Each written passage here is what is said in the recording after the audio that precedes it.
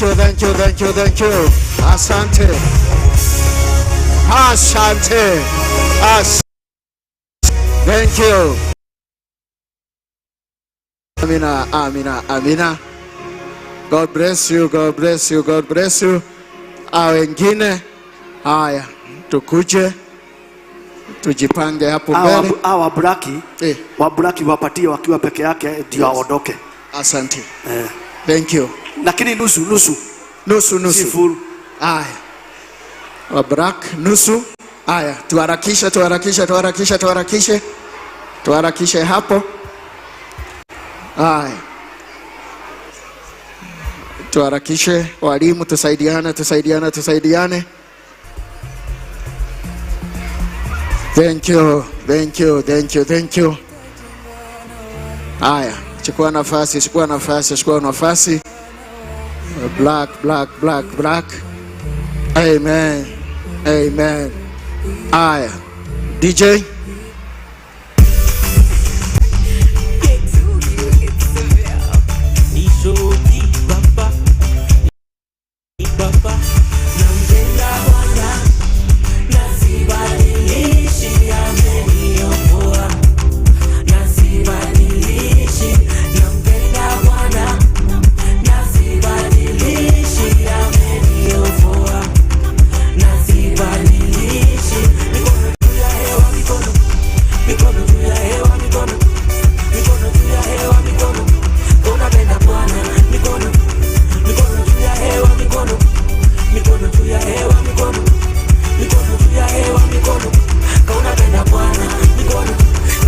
Baba na nimeubuka na kama si Yesu ningekuwa nimeguruka. Nilikuwa pabaya kulikuwa kumetoka, Yesu akaingia shetani akatoroka. Sasa nimeoshwa na damu, tekitabasamu karibu hekamu. Usikie kiu tamu, sitambui masanamu. Sitaki hata salamu, siendi jehanamu na mbinguni ni karamu.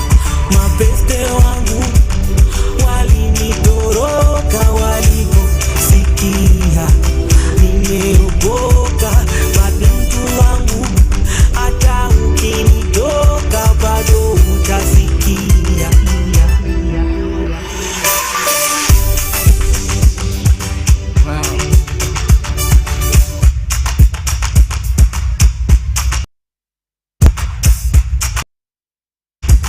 Thank you. Makofi. Wow. Thank you. Barikiweni sana kwa jina la Yesu Kristo. Haya, wengine tujipange kwaya zote hizo zimebaki. Tujipange ndio tuweze kuokoe muda na wakati, na itakuwa mzuri sana. Kwaya kujeni tafadhali, njooni. Kuja. Na mpeane nafasi hapo mbele, mpeane nafasi mzuri, ndiposa tuweze kuendelea, na itakuwa baraka sana. Haya, tusonge pande hii, nafasi iko pande hii kwa wazee pale, nafasi iko. Tusonge hivyo, tupeane nafasi mzuri, na itakuwa baraka. Jooni. Huku hakuna watu pande hii, please. Tusonge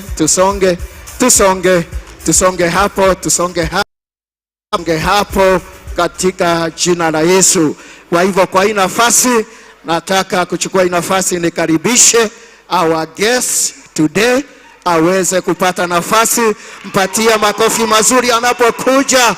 Our guest, karibu sana. Utatuambia majina, alafu tutaweza kuendelea kwa jina la Yesu. Sipatia Yesu makofi. Thank you. Karibu. Bwana asifiwe. Amen. Praise God. Amen. Nipungie mkono nikuone, hata mimi niseme nilikuona. Amen. Haya. Wow. Mimi naitwa Phyllis Mbuthia. Wow. Thank you. Mara ya mwisho nilikuwa hapa ni 10 years ago. 10 years. This is exactly the 10th year since I was here last. Wow. So I am very privileged and I thank God for the invitation through Mihona and through the church, the bishop. Amen. And even how mumekuwa mkifanya kazi ya Mungu bila kuchoka. Amen. Imagine 10 years later you are still here. Wow. Still strong. Amen. I can only say huyu ni Mungu. Amen. The grace of this church through the bishop of this church Dio. is amazing. Amina. Yani kanisa hili ni la nguvu. The grace in this church can be felt even out there. Bwana asifiwe. Amen. Sasa nataka tufanye nyimbo zangu kadhaa na hawa wenye wako nyuma yangu ndio madancers, si ndio? Amina. Na nyinyi wenye mko hapa, kwa sababu mimi ni mfupi, sijui kama tutakuwa tumekaa chini ama tunasimama juu, mimi sijui. Lakini hakukaliki. Nimeambiwa ati hakukaliki. So whatever that means, nyinyi mjipange, si ndio? Ndio.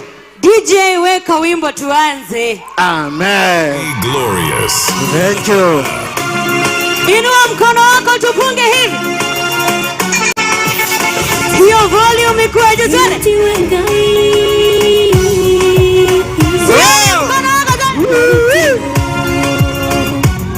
Wow. Hallelujah. Kina choro wangi kena kena na modora Thomas. Akero ebire nanayo. Makule mole. Mondora tuere roko nyongo. Ndodo adire koigea. Akamata na rogoro. Na ikoro kaiderero. Ira dero na idoero. Hatare mono gemori akeoli. Si jona mkono wako tuere. Inatiwa wadali watumire. Goro ya kwege mwihoko. Weru tirene guoguere. Netolere na dayo. Ane hanege tone vire. Okane kane mure. Inatiwa ngai. Inatiwa ngai. Inatiwa Jesu. Hallelujah. Morutire weroyo.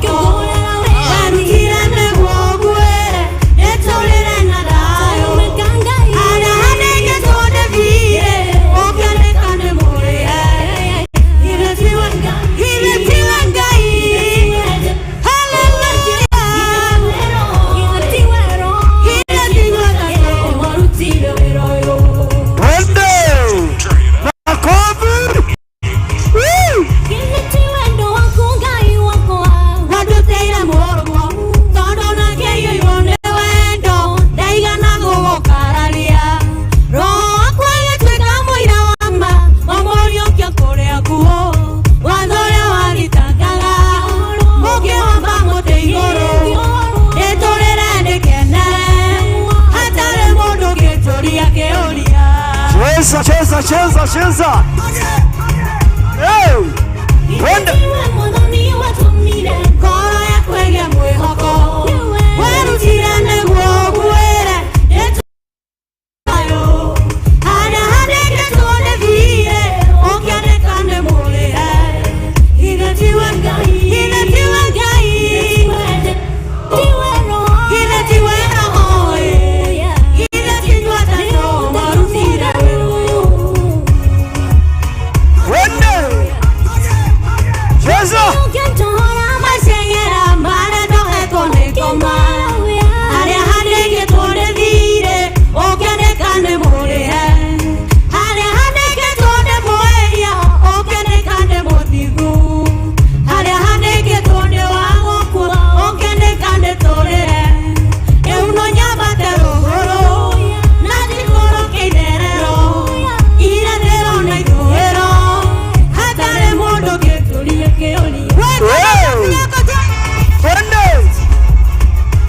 Cheza.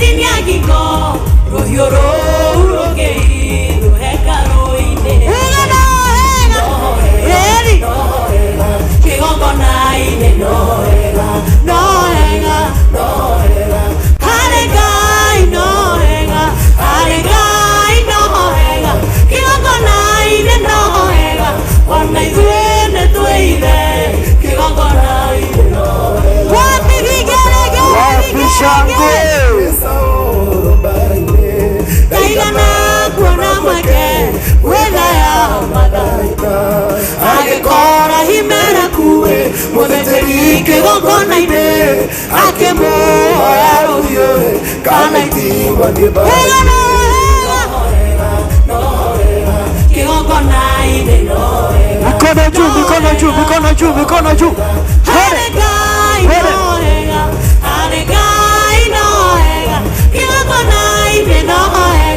Ona iguene tuire, kigoko na ine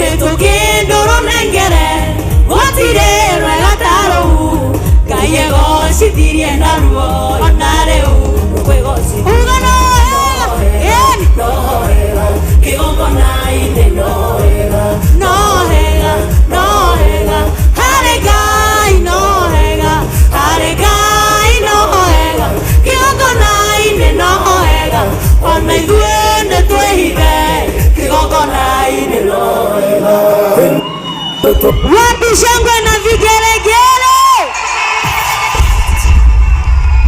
Nataka tupewe wimbo unasema Moheani Motuga. DJ panga wimbo unasema Moheani ke haya twende. Mikono juu, mikono juu, washirika mikono juu. Twende sisi wote, sisi wote, sisi wote, sisi wote.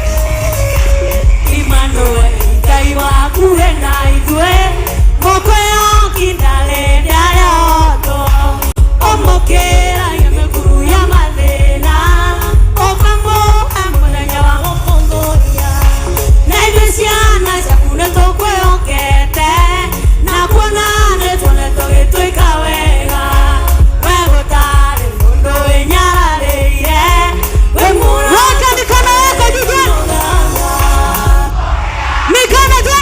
Twende! Cheza! Hallelujah!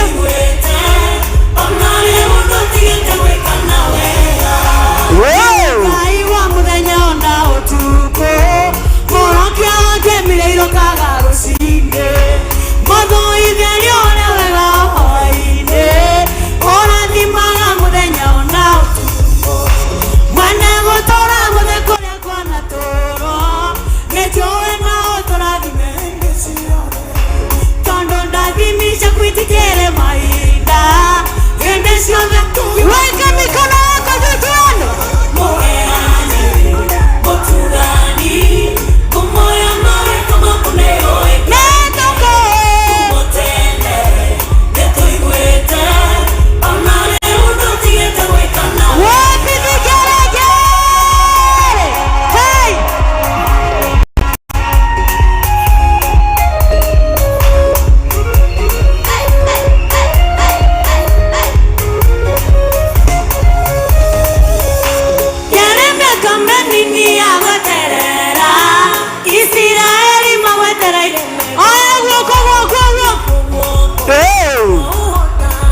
Wapi? Sema tena.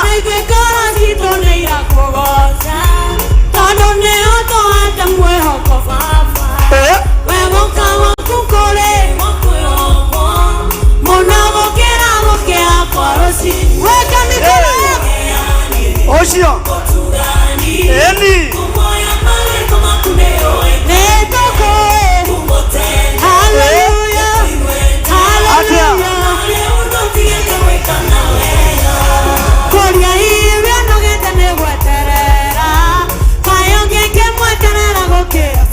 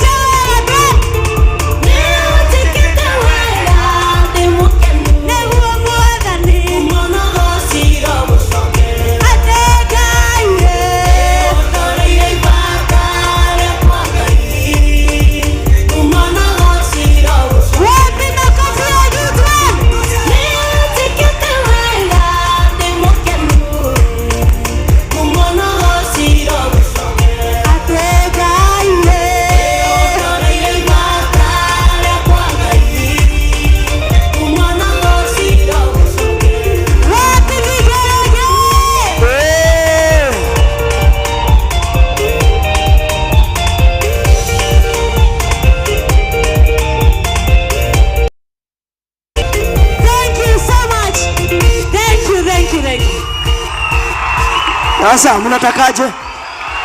Arudia hii ya mwisho. Aya, arudia hii ya mwisho kidogo. Twende. Na nyinyi muinua mikono juu kwa nyuma. Twende. Weka sauti.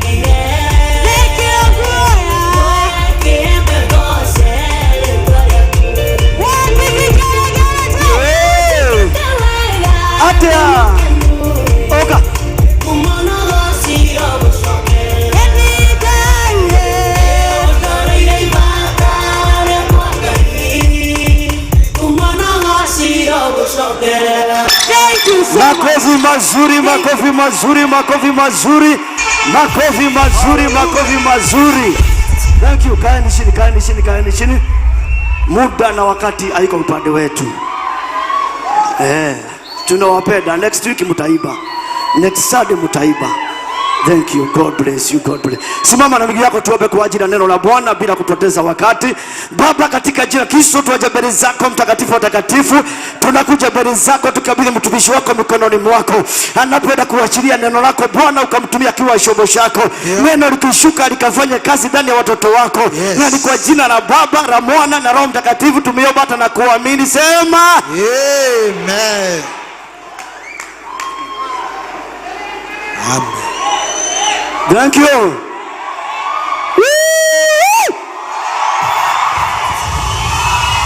Thank you. Jambo la kwanza ni kumshukuru Mwenyezi Mungu kwa ajili ya kutupatia nafasi nyingine kuwa mahali hapa siku ya leo. si kwa nguvu zetu, si kwa uwezo wetu, bali yote imegharimia mkono wa Bwana. Nachukua hii nafasi kushukuru kiongozi wa ibada siku ya leo, Reverend Muridhi. Mungu akubariki na akutende mema. Kwa ibaji wetu, Mungu awabariki, Mungu awabariki, Mungu awabariki na Mungu awainue. Kwa mgeni wetu ambaye ametugenea siku ya leo, Mungu wa uzima akakubariki, akakutende mema. Ulikuja hapa ukiwa mdogo sana kama vile umesema, kama miaka 10 imepita, na hata wakati ulisimama mahali hapa kukuita niliuliza, ai, ni huyu kweli? Mnakumbuka nikiuliza? Niliuliza mara mingi, ni huyu? Juu kalikuwa kadogo sana, lakini naona Mungu amemfanyia jambo. Mungu amemuinua, Mungu amembariki. Nasema sifa zote, heshima na utukufu usirudie Bwana. Kwa majina ni Apostolo James Kiongo. Nimeokoka, Kristo ni Bwana, ni mwokozi wa maisha yangu. Nina furaha kusimama mahali hapa. Last time mliniambia nimalizie, nikawaambia tutamalizia mbinguni ile neno, lakini nimeona tumalizie leo. Hiyo ni mzuri. Thank you. Na nimeshukuru Mungu kwa matendo ambayo Mungu ametenda mahali hapa. Last time nikihubiri nililalamika sana, nikasema watu wapende kutoa ushuhuda, lakini leo nimeona wametoa ushuhuda. Reverend Muridhi akahubiri neno ambaye alisema mwezi wa 6 Maria akatembelewa. Kutoka hapo malaika wakaenda moja kwa moja mpaka kwa Elisabethi, lakini hakumalizia. Reverend Maheke akakuja hapa akatuambia Mungu wa baba yetu. Mungu alituahidi mwezi wa 6 na kuendelea kubarikiwa, kubarikiwa, kubarikiwa, kubarikiwa. Na wewe uko na passport, ngojea visa yako anytime from now. Mungu anafungua njia. Haleluya. Sinaona Mungu amewatendea. Hebu pigia huyo Mungu makofi mazuri. Makofi mazuri, makofi mazuri, makofi mazuri, makofi mazuri. Kulalamika kwangu hakukuwa kubaya, kwa sababu wakati nililalamika nikihubiri, Mungu amefungua njia. Hata wakati ilikuwa inafungana kula ikasemekana kumefungwa, masaa 24 njia ikafunguka. Unataka Mungu gani? Thank you. Tufungue Biblia zetu, tufungue Biblia zetu kwenye kitabu ya Mambo ya Nyakati wa 1. Mambo ya Nyakati wa pili 34, sorry. Mambo ya Nyakati wa pili 34 kuanzia 1. Na kabla hatujasomewa, Reverend, kuna mahali utanisomea kabla ya hiyo. Mambo 2 Kings 9:22, lakini nitakwambia unisomee 2 Kings 9:22. Thank you. Tulisoma namna gani? Tulikuwa wapi?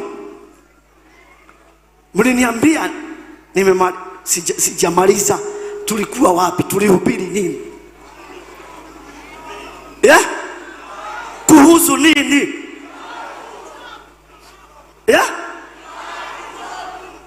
Ate Mungu wa nani? Roho ya kitovu.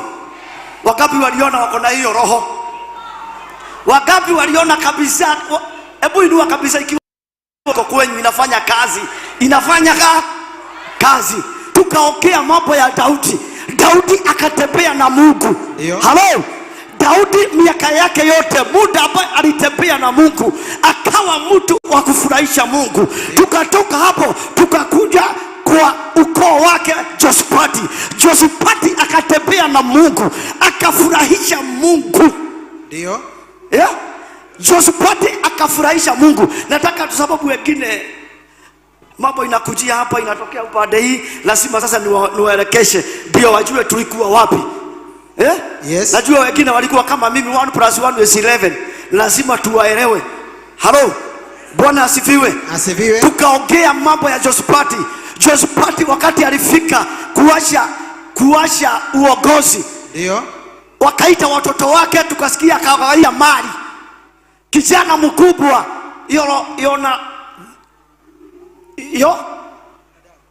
anamtiririkana Eliabu. Yohana akampatia uongoza. Wakati alipatia uongozi wa kuongoza, akapata kibali kikubwa sana. Na wakati alipata kibali pale, Biblia inasema wakati alifanikiwa akaoa. Hapo ndio tulikuwa na hapo ndio ilikuwa akaoa mtoto wa Ahabu. Na Ahabu bibi yake alikuwa anaitwa Jezebeli. Ndio. Na Ahabu alitumika na mkewe akaua Nabothi jirani yake, akamnyang'anya shamba. Bibi akamsukumia afanya ile kitendo. Halo. Bwana asifiwe. Na huyu kijana wa Jospati wakati alioa katika ile familia, ndio, kwa sababu roho ilikuwa inamfuata, roho ya kitofu, roho ya kuua, roho ya kuangamiza, naye akachukua jukumu akaua ndugu zake. Na tukasikia Mungu akisema, akiambia Elisha ya kwamba ameua ndugu zake wazuri kumuliko. Halo. Lazima turudi pale ndio msikie neno, ndio neno liingie mzuri. Akaua ndugu zake walikuwa wazuri kumuliko. Na Mungu akasema umeua wazuri kuliko mtoto wa Jezebeli. Aha. Tumeshikana? Yes. Kitovu ikafanya kazi. Kijana tukasikia naye amekufa. Akapata ugonjwa ya tumbo ikavura ikapasuka akakufa. Ndio. Na familia yake na watoto wake wakakufa. Lakini mtoto wa mwisho tukasikia naye amebaki na mama yake amebaki. Wakati naye alichukua uongozi, mama yake ambaye alikuwa mtoto wa Jezebeli wa uwaji, akaanza kumuongoza katika njia mbaya, naye akaongoza katika mambo ya kuabudu sanamu ya Ashera, ya Baali na kuua. Kweli. Tulisoma. Ndio. Nikuambia kitu moja. Yes. Niliwaambia mama yake alikuwa mchawi. Ndio. Na watu wakauliza mazwali alikuwa mchawi namna gani? Reverend Madheke, yes, nisomee 2 King chapter 9 22. Inasema hivi. Ikawa Yoramu alipomuona Yehu. Ngoja rudia mzuri. Hiyo Biblia umeishi naye. Nataka usikie vile Reverend anasoma. Alafu utasoma yako baadaye. Hebu waambie ni gani watasoma baadaye. Wafalme wa pili 9:22. Asemaje baba? Ikawa Yoramu alipomuona Yehu, akamuona Yehu, alimuuliza, je, kuna amani? Yehu akamjibu aje? Amani gani? Wakati makahaba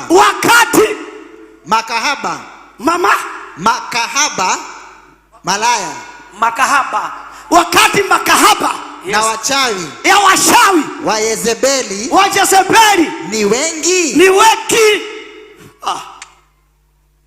Ushawi ya nani? Yezebeli. Uliza jirani yako, umesikia ushawi ya nani? Ushawi ya nani? Wasomee tena. Watu nataka hiyo kitu ikie ndani yao. Kwa sababu watu wana mambo ya manyanya zetu na mababu zetu. Unajaribu kufutia haifunguki. Yes. Unajaribu kwenda ng'ambo, hauendi ng'ambo. Unaulizwa, hauolewi. Ndio. Kwa sababu kitofu kinaongea. Kitofu ya nyanya yako, kitofu ya babu yako, kitofu ya watu walikufa. Inakuandama ndani ya maisha yako. Siku ya leo, nataka siku ya leo tukatoe hiyo roho katika jina la Yesu. Amen. Inasumbua. Hata kwa ndoa inasumbua. Kwa kazi inasumbua. Kwa biashara inasumbua. Hauwezi kaa na bwana yako kwa amani. Hauwezi patia bwana yako amani. Hauwezi patia bibi yako amani. Hauwezi patia wazazi wako amani, kwa sababu kitovu ya usawi na uganga inafanya kazi hapo. Ndio. Ndio. Tunaelewana? Ndio. Hebu asomee tena. 22 nasema hivi. Ikawa Yoramu alipomuona Yehu, alipomuona kwa umbali, alimuuliza, je, kuna amani Yehu? Kuna amani Israeli? Yehu akamjibu, amani wakati makahaba na wachawi wa Yezebeli ni wengi. Hebu soma hata ya Murithi usikie mahali na pengine inasema uganga na uchawi ya Jezebeli. Kwa hivyo Jezebeli alikuwa mpaka na roho ya umalaya na ukahaba. Ukiona kila saa ni ukahaba, umalaya, unasikia tu kuashiria ni kitovu inafanya kazi. Uko na bibi, uko na bwana, lakini hautosheki. Hiyo ni roho ya Jezebeli inafanya kazi ndani ya maisha yako, na lazima leo uitabue, uikataa ndani ya maisha yako. Halo. Nilisema siku nyingine inaweza kuwa mama yako hakuolewa, shosho yako hakuolewa, shosho ya shosho hakuolewa, hata wewe unang'ang'ana kuolewa. Utaolewa na muda gani? Na kitovu inafanya kazi. Mama yako alikalia baba yako, shosho alikalia pakuka, hata wewe unakalia mzee wako, unakalia bibi yako.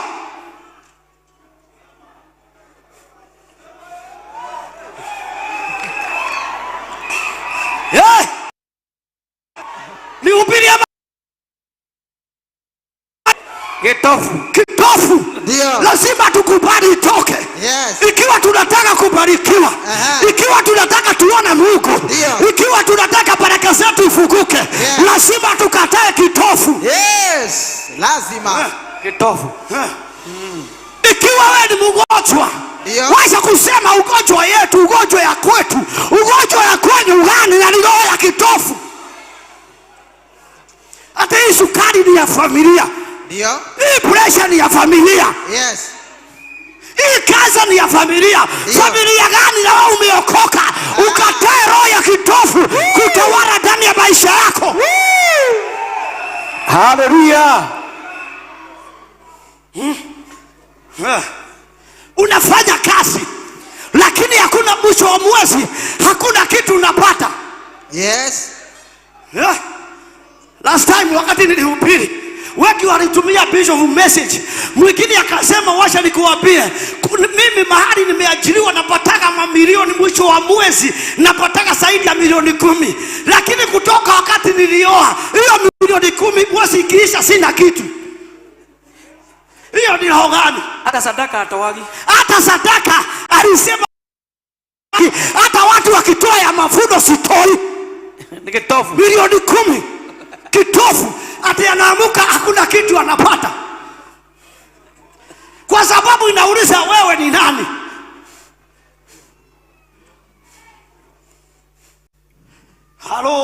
Halo.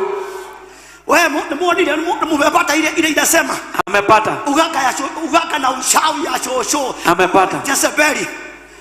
Soma. Hii inasema nini? Yehu akasema, je, ni amani gani wakati uchawi wa Yezebeli ni mwingi? Ushawi ya Jezebeli ni mwingi. Na hii roho ndio ilikuwa inatembea. Hao watu ni wafalme, hao watu wanaongoza hizi. Hata unaweza kuwa ni kiongozi na roho inakuandama. Unafikiri wewe ni mambo inatendeka ni ya kawaida. Si kawaida. Hii ni roho ya kitofu inakufuata. Unajaribu miaka inaenda. Jiulize what happened in your life. Can you repeat? Tashokera leo hau. Hebu rudi hapo. Unang'ang'ana. Unatafuta MCA miaka 20 na hujaipata. Unatafuta MP hujaipata. President hujaipata. Jiulize kitofu gani inakusumbua? Ya shosho yako na uka yako. Kitofu ya uchawi ya Jezebeli. Lakini wengi hawataki kukubali roho inafanya kazi. Ambia gusa jirani yako ndio asilale. Mwambie kubali kitofu itoke. Kubali kitofu itoke. Hey. Ambia jirani yako kitofu iondoke. Unajua shida watu wengi wapendi kujikomboa. Hawataki. That is the problem. Kitofu. Kitofu. Lakini nataka tusikie neno. Ndio. Ya kijana mdogo katika hiyo familia ya Daudi. Familia ya Josipati. Familia ya ukoo. Ndio. Vile ilienda kijana wa miaka kidogo sana akasema hii miuku ya shosho yetu ya guka yetu, miuku ya familia ya kina mama yetu. Ndio. Lazima niweke chini. Lazima niibomoe. Ndio. Lazima niiharibu. Yes. Haitaongea ndani ya maisha yangu. Ndio. Hata wewe siku ya leo kuna mambo imekuandama. Ndio. Kuna mambo imekufuata. Yes. Hata vile unaonaga watu wengine wako na roho ya wivu. Roho hapa haitaki wengine wakibarikiwa. Kama vile watu wameshuhudia leo. Ndio. Wakisema Israeli, wanasema naenda Israeli. Israeli. Kuna wengine wamesikia kutapika. Watapike. Kitofu. Kinaleta shida. Kitofu. Na anangojea leo kesho aende. Lakini kwa wale wamefurahia hiyo ushuhuda. Ndio. Hii mwaka hii hata ile njia ilifukana yote itafunguka. Njia yote ilifukana Mungu ataifungua kwa sababu ni Jehova na alituahidi mahali hapa ya kwamba ikifika mwezi wa 6 Mungu atafungua njia. Sikia. Listen the Apostle James Kioma Mwai. Wakati nilihubiri hiyo neno nikasema ya kwamba lazima nabii ataongea. Wakati alisimama laini ikashuka ikasema kabla mwezi wa 7 ifike Israeli na Iran na Amerika watakuwa wameelewana. Oh my God. Mungu gani kama huyo? Mungu gani kama huyo?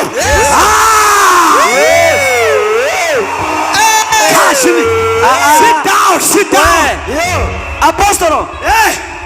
Umeongea haraka. Waelezee pole. Nimeongea haraka. Hawajanishika. Wakati nilikuwa naachilia hii neno kwa sababu nilijua this is a prophetic word. Nikajua hii ni neno la kiunabii.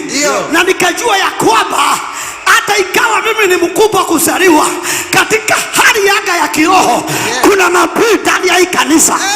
Nikasema mlikuwa nataka niwajibu. Nikasema nikimaliza nabii akubali asimame. Na wakati alisimama mlikuwa mahali hapa. Mlikuwa mahali hapa. Mungu akaongea. Akasema hii shida unaona ya mafuta kwa sababu Mungu anapenda taifa letu la Kenya. Before mwezi wa 7 Amerika, Israeli na Irani lazima watakubaliana. Wamekubaliana hawajakubaliana? Wamekubaliana.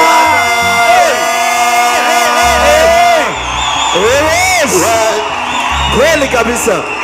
Wamekubaliana. Lazima tutaenda direction ya Mungu. Si direction ya watu. Direction ya Mungu. Mungu akisema ni kushoto ni kushoto. Mungu akisema ni kulia ni kulia. Ndio. Nimemaliza neno. Nimemaliza neno. Ndio. No.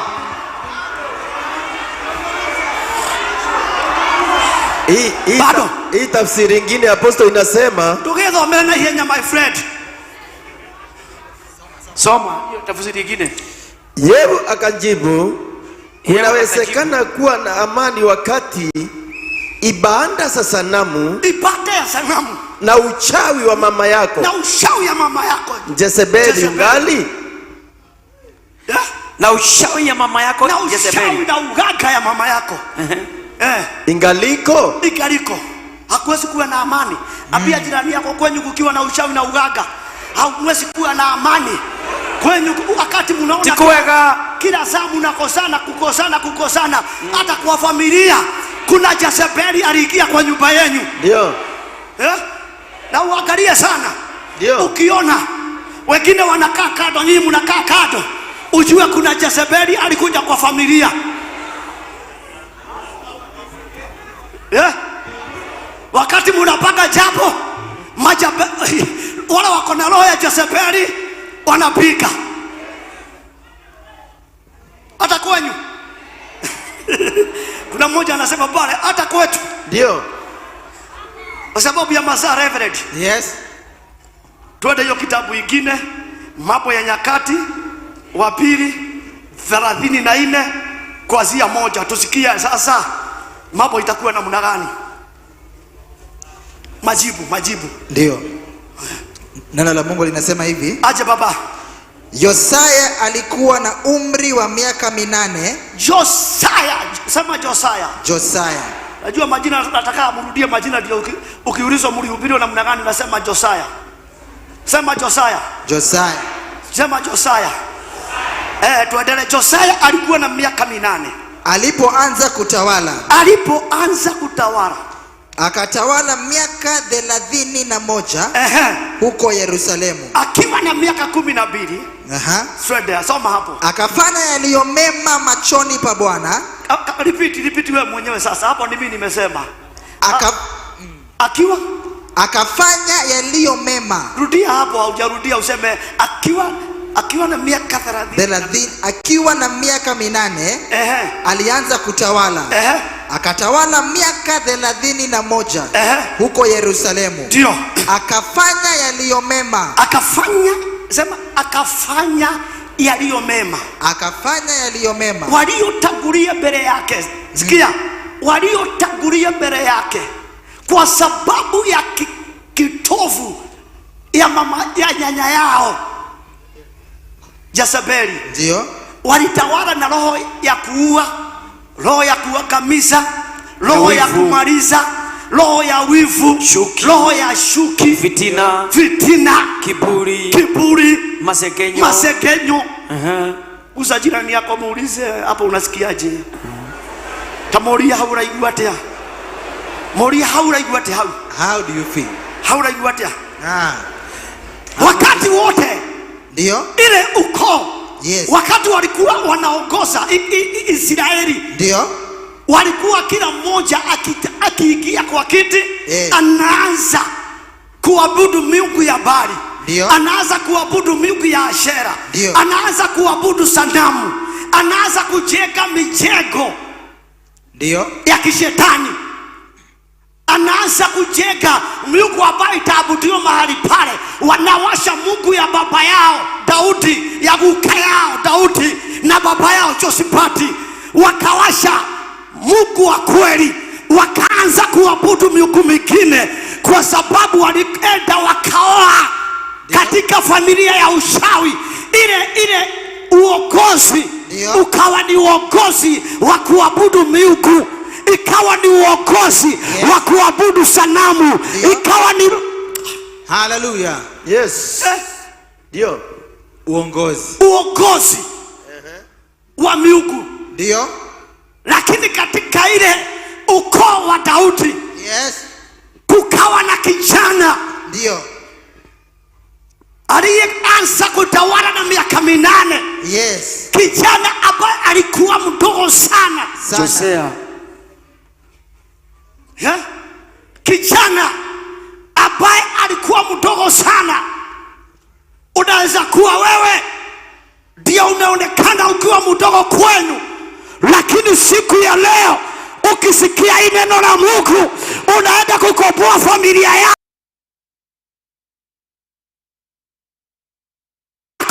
Unaenda kukomboa nyumba yako. Haijalishi wana nani, haijalishi ni mchungaji gani alikuja, haijalishi ni tafasiri wapi alikuja, lakini ukisikia hii neno siku ya leo ukombozi utaingia kwenu. Amen. I receive it. Hallelujah. Kijana akadharauliwa kwa sababu ya udogo wake, lakini yule kijana alikuwa na Mungu wa Ibrahimu, Mungu wa Isaka na Mungu wa Yakobo. Na Mungu wa Daudi na Mungu wa guka yake. Reverend Madhaki alituhubiria akatuambia Mungu wa baba yetu. Na mimi nasema Mungu ya guka yetu. Mungu ya nani? wetu Daudi. Biblia inasema hivyo. Jospati baba yetu. Lakini Mungu wa babu yake Daudi. Ndio. Kijana alikuwa mdogo. Yes. Akaanza kutawala Israeli. Ndio. Akiwa na ule udogo wake. Yes. Akajua jambo moja. Baba yako na guka yako walikuwa na abudu Mungu wa Israeli. Walikuwa na abudu Mungu aishie milele. Kijana wakati alizaliwa, ndio, wale wakine wote walikuwa wanasikia mawaidha za baba za wazazi wao. Ndio. Walikuwa wanasikia mawaidha ya mashosho yao na mama zao na wazazi wao. Ndio. Lakini kijana wakati alizaliwa, Mungu akawa amemteua. Ndio. Wakati alimteua, yes, akaanza kuongoza akiwa na miaka 8. Kweli? Biblia inasema akaongoza Israeli kwa miaka 34. Aha. Ikafanyika namna gani? Akafanya yaliyo mema machoni pa Bwana. Akafanya yaliyo mema machoni pa Jehova. Ela mbona atakuwa kama odomega. Kama odomega. Tenda mema machoni mwa Mungu. Kama odomega. Tenda mema. Maido ine magai. Machoni mwa Mungu. Kama odomega. Tenda mema. Maodomage kendi ya gai. Mambo itafurahisha Mungu. Yaidia mbona atakuwa. Salimia rafiki yako. Nako na morimo tukamugaidia mwekeo. Mwera we. Okenie gai omothe. Furahisha Mungu leo. Mwera okenie gai. Furahisha Mungu leo. Mwera tiga okenia do. Washa kufurahisha watu. Tiga okenia do. Washa kufurahisha watu. Okenie gai. Furahisha Mungu. Hapo. Ndio. Furahisha Mungu. Inyo muendaga kwendwo. Nyinyi mnapenda kupendwa. Inyo muendaga kwendwo. Mnapenda kupendwa. Muendaga aratama muende. Ndio marafiki wa pendo. Muendaga remena besha mamuende. Ndio. Muendaga remena besha mamuende. Mnataka wala kuna pesa wapende. Muendaga atongoria mamuende. Mnataka viongozi wapende. No mutirenda Ngai amuende. Lakini ampendi Mungu wapende. No toka gukwira atiriri. Nimekuja kukuambia. Wende Ngai. Penda Mungu. No kenia Ngai. Na upendeze Mungu. Wakenia Ngai. Ukifurahisha Mungu. Ndio kenia. Hata kufurahisha. Wakenia Ngai. Ukifurahisha Mungu. Ndio kenia. Hata kufurahisha. Ufurahishe Mungu naye Mungu atakufurahisha. Mpendeza Bwana, tenda mema kwa Mungu. Ndiko na kwenda mundu. Sipendi kupendwa na watu. Ndiko dola ta watu. Hata sitaki urafiki wa watu. Dola ta Ngai. Nataka urafiki wa Mungu. Tondu riria ndendaga andu. Wakati nitaka watu. Andu ni majonorithirie. Watu waliniaibisha. Aria ndendete. Wala nilipenda. Ni majonorithirie. Waliniaibisha. Leo jugaga ndikwenda andu. Sasa sitaki watu. Kwenda Ngai. Nataka Mungu. No ndenda Ngai. Ukipenda Mungu. Na kianyende. Akikupenda hata watu watakupenda. Lazima. Ukipenda Mungu, Mungu atakupenda. Upenda Mungu na watu watakupenda. Naye akupende, watu wakuja nyumbani. Ndio. Atajokera urege. Ndio shokera. Mtanage thikiriria. Amesema kuna wakati alihitaji watu walimkataa. Dauga korede ndendaga andu. Wakati alikutaka watu. No ndio ndendaga andu. Makejonorithia. Watu wakamwaipisha. Kuna wakati alikuwa anahitaji watu. No ando makindega. Watu wakamkataa. Kuna wakati ulikuwa unataka watu. No ando magekurega. Watu wakakukataa. Kuna wakati ulikuwa unatafuta no ando magekurega. Watu wakakukataa. No Ngai. Wakati tafuta Mungu. Ngai wako agioka. Mungu akakuja. Kama gusharia Ngai. Tafuta Mungu. Ukira gusharia ndo. Uliko kutafuta watu. Watu watakuacha. No Ngai ndage gotiga. Mungu hawezi kukuacha. Hata watu ya nje wanakuambia wasalimie. Halo. Waambie watafute Mungu. Let kamas. Watu ya nje. Asifiwe. Inua kabisa watu wa nje. Watu ya nje. Nisalimia. Ndio. Watu ya nje. Thank you. Yes. Sababu soma baba. Inasema hivi. Aje. Akafanya yaliyo mema. Leo musikie neno. Bishop akuja aombe maombi ya mwisho mwende nyumbani. Na neno liingie ndani yenu.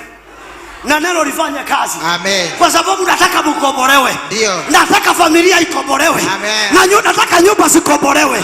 Nataka ndoa zikombolewe. Yes. Nataka familia ikombolewe. Ndio. Nataka biashara ikombolewe. Yes. Nataka mikono yako ikombolewe. Yes. Nataka mdomo yako ikombolewe. Amen. Nataka wewe ukombolewe. Yes. Yeah. Yes. Halo. Halo. Ndika vahujie. Moinuke. Tuga mede grace.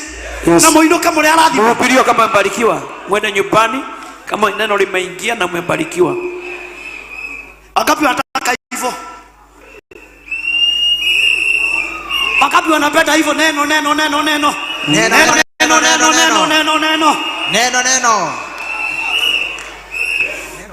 Atesi maneno. hiyo ndio mambo yote.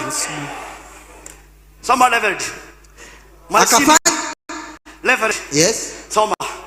Mstari wa 2. Akafanya yaliyo mema machoni pa Bwana. Akasema bia jirani akafanya mema machoni pa Jehova. Tuendelee baba. Akaziendelea katika njia za Daudi baba yake. Akaenenda katika njia ya baba yake Daudi na neguka. Halo. Halo. Sema halo. Halo. Hebu soma hapo akasikia tena. Akaenda katika njia za nani? Akazienenda katika njia za Daudi baba yake. Asigeuke upande wa kuume wala wa kushoto. Asigeuke kulia wala kushoto. Asisikie maneno ya watu upande hii ama upande hii. Akaenda straight. Wow. Na njia ya baba yake Daudi. Ndio. Njia ya baba yake Josipati. Ndio. Njia ambaye ilifurahisha Bwana. Amen. Njia ambaye ilitukuza Bwana. Yes. Ora bashakaraba boshekereba. Njia ya kutukuza Bwana. Sio njia ya kuinua wanadamu. Bali njia ya kutukuza Jehova. Sijui ni wangapi siku ya leo watataka Mungu wao atukuzwe. Sijui ni wangapi siku ya leo watataka Jehova atukuzwe ndani ya maisha yao. Dada faboshekeriba bosaya. Reka boshekeriba kyuta. Raita lidai konta riba bosaya. Baba riba kyuta ribai konta rivai. Baba akashuke ndani ya maisha yenu. Baba akashuke akawatembee. Jehova akashuke siku ya leo. Wakati anatukuzwa na wewe. Wakati anatukuzwa na maisha yako. Wakati wewe unafanya Mungu atukuzwe. Lazima na wewe afanye utukuke. Lazima afanye utukuke. Kwa sababu ni Jehova. Usitazame kulia ama kushoto. Tazama njia ya baba yako. Maikontari babosaya. Ukifuata njia ya baba yako. Kama vile Leopard Madhoge alituhubiria.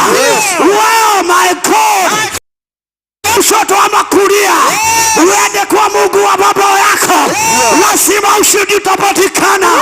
Haijalishi miaka yako, haijalishi umri wako, lakini ukisimama na huyu Mungu wa baba yako, haijalishi watu wenye wakubarikiwa. Shosho alikufa bila kubarikiwa. Luka alikufa bila kubarikiwa. Baba yako hakubarikiwa. Hata wewe haujabarikiwa. Lakini siku ya leo ukisimama kama Josaya, Jehova atatukuzwa. Jehova atatukuzwa. Jakorobo shando. Ile njia imefungana, Jehova atafungua. Ile mlango umefungana, Jehova atafungua. Haijalishi ni ushawi gani, haijalishi ni uganga gani, kila ninaongea leo ya kwamba Jehova lazima atukuzwe. Hata ndani ya taifa la Kenya lazima Jehova ataitwa Jehova. Lazima atukuzwe. Lazima inuliwe. Yes.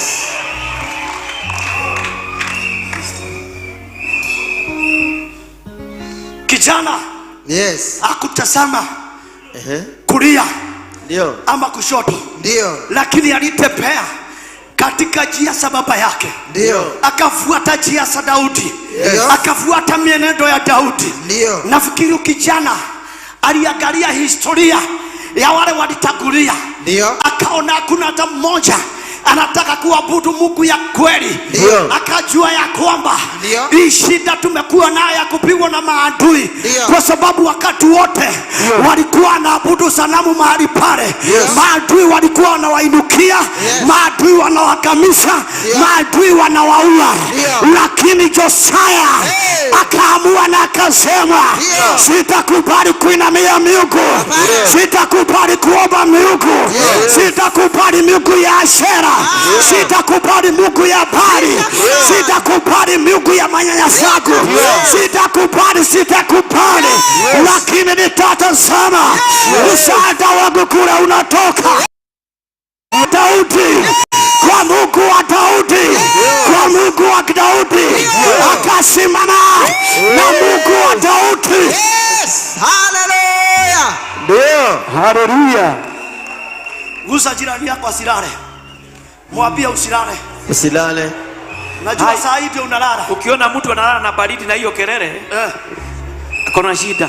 Hata kuna mmoja tulikuwa naye jana, akona kitovu. Kuna mmoja bishop tulikuwa naye jana, nikamuuliza neno ile nilihubiri, mahali nilisema wale mwega ati aliyanyokwa mali agokera, ndaiguire kindu. Akusikia. Nimejua ni nani. Hakusikia kitu. Na vile nikamwambia, na vile nilirudia, bishop akarudia, akaniambia, apostolo, hapo ndio kirudia hapo. Huyo mtu hakushika kitu. Ni kitovu. Na hiyo kitovu ndio inamsubua. Hao ndio nakutaka dunia iligawanywa. Makora megoda ni adhire. Kitovu. Kwa hivyo sitaki mtu analala. Ndio. Na ukiona mtu analala, hiyo roho iko kwao. Yes. Na haitaki kusikia. Kwa sababu haitaki itoke. Na mimi nataka muamuke nyinyi wote, simama kidogo. Simama, stand up. Yes. Simama kidogo. Simama kidogo. If you're happy and you know, clap your hands. If you're happy and you know, clap your hands. If you're happy and you know, and you really want to show. If you're happy and you know, clap your hands. If you're happy and you know, say amen. Amen. If you're happy and you know, say amen. Amen. If you're happy and you know, and you really want to show. If you're happy and you know, say amen. Amen. Itawe konyo.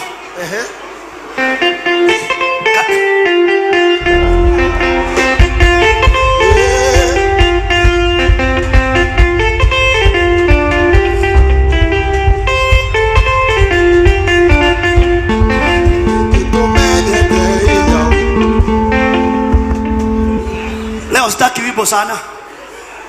Hata last time siku nataka wimbo, kwa sababu kinataka gekonyo.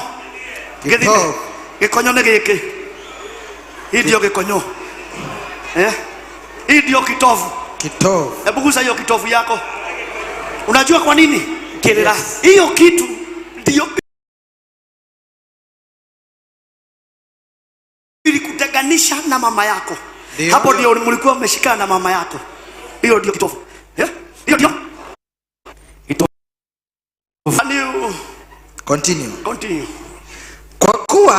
Kwa kuwa katika mwaka wa 8 wa utawala wake, ngoja sasa sinakwambia uonge. Katika mwaka wa 8 wa utawala wake, naye akiwa mchanga zaidi.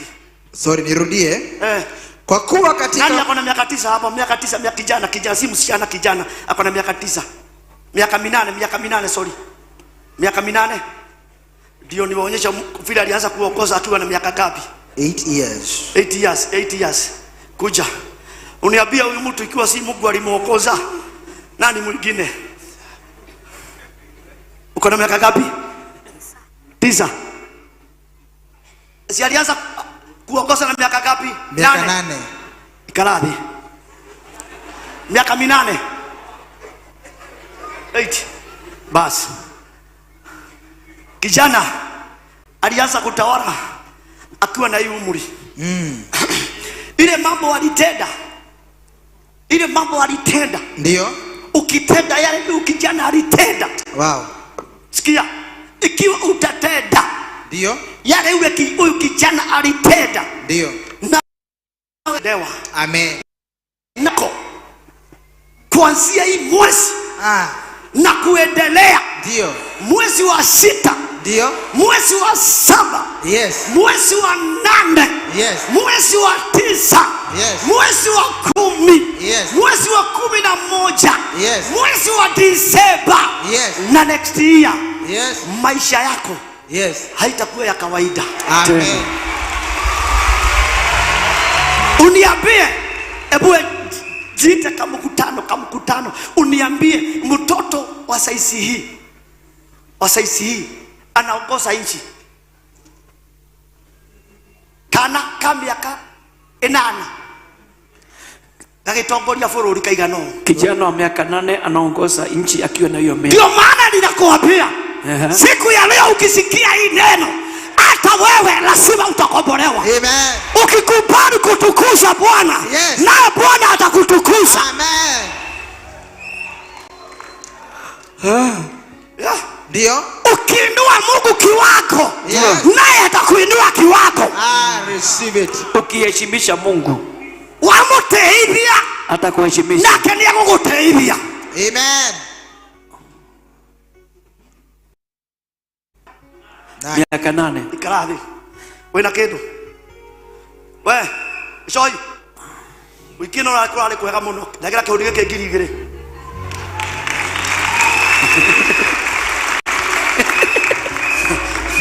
Patia kijana akafurahi. kibeti ndire haha nigi akihe ndinakuwa kibeti. Reverend, Yes. tuendelee kwa sababu ya masaa na muda. Haya. Angali akiwa mchanga, Akali akiwa mshanga alianza kumtafuta Mungu wa Daudi. alianza kutafuta Mungu ya baba yake, guka yake, makaraba boria lineta linae kiuta. Alafu Hata katika mwaka wa 12 hata mwaka wa 12 akaanza kusafisha Yuda. akaanza kusafisha Yuda na Yerusalemu. Akiwa na miaka 12, Akiwa na miaka 12 akiambĩrĩria gũthambia bũrũri, akaanza kutakaza nchi. keka mwana kanini, Akiwa kijana mdogo miaka 12, miaka 12 Ngai akĩingĩra thĩinĩ wako, akaingia ndani yake, akĩambĩrĩria gũthambia bũrũri, akaanza kutakaza nchi.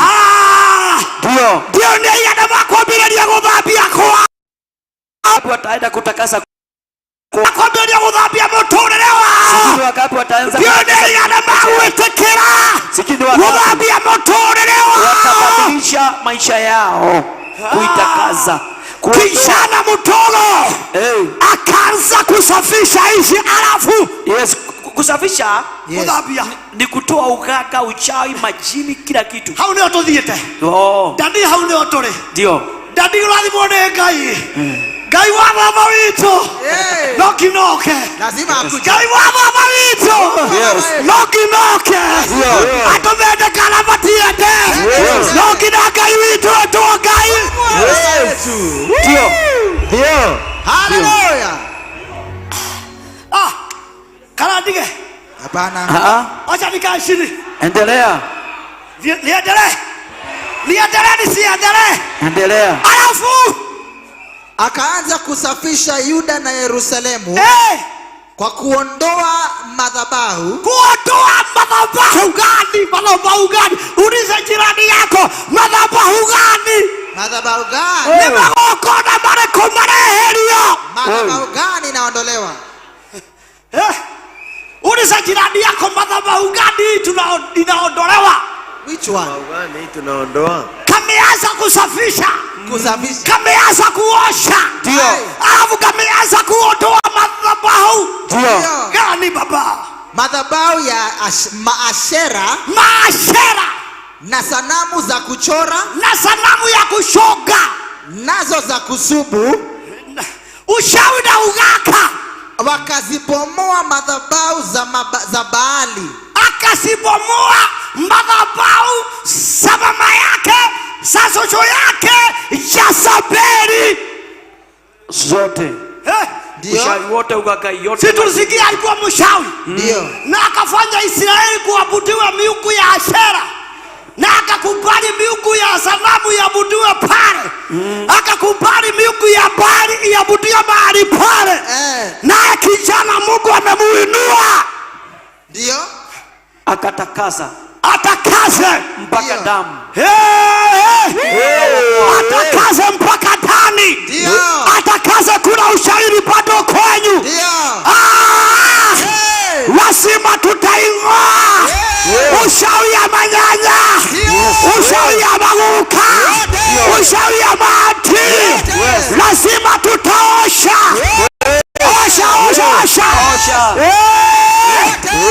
Osha ushauri. Ushauri ya Kitui, ushauri ya Nyeri, ya Western, ya Nyasa, ya Coast.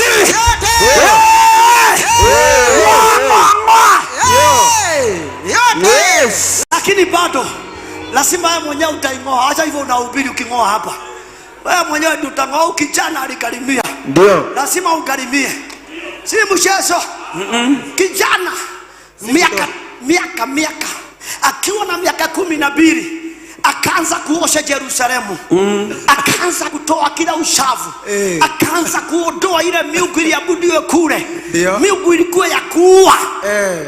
Na Kipyego ako na miaka 60 na hataki. Anasikia uchungu sana.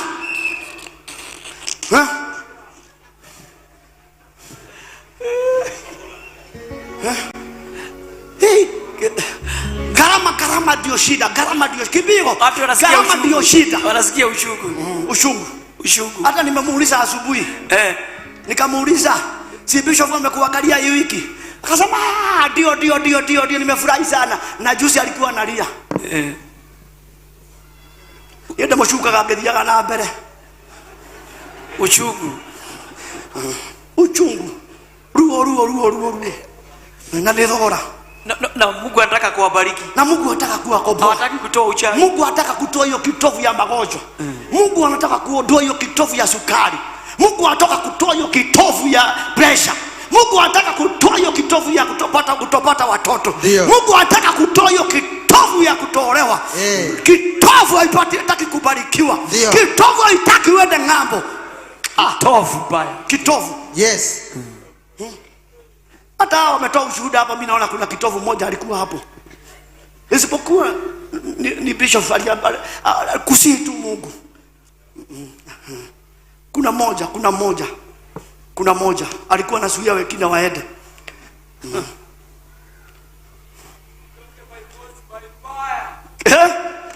Itoke by force by. Baba wakili. Yes.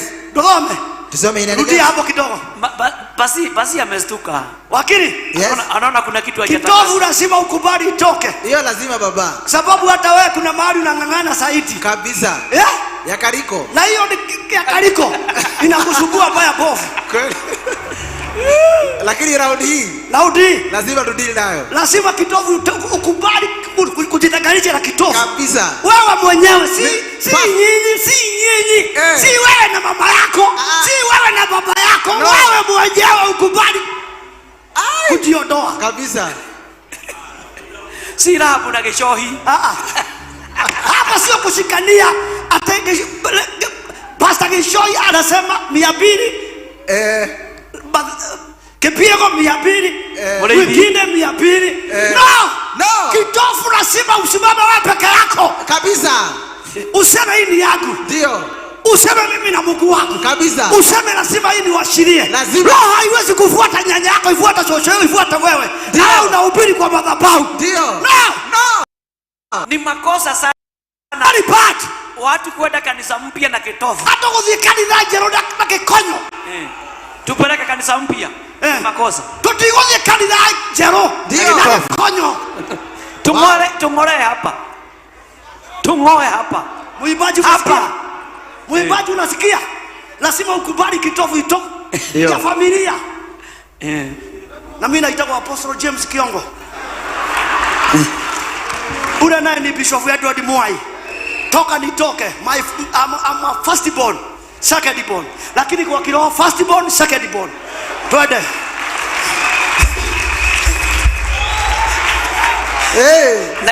Na geto ukimwambia sisi tulikata geto. Hata mimi kilinifinyiria kitovu. Napata pesa asubuhi sina kitu. Kitovu ilikuwa inaongea. Lakini wakati nilitambua na nikajua hii ni kitovu ya kwetu. Hakuna mtu alikuwa na gari kwetu. Hakuna mtu alikuwa na baisikeli. Mimi ndio wa kwanza kununua baisikeli ya kwanza. Baisikeli na ingeniua. Sikia. Najua nilinunulia Bishop wakati nilikuja Nairobi na miaka 17.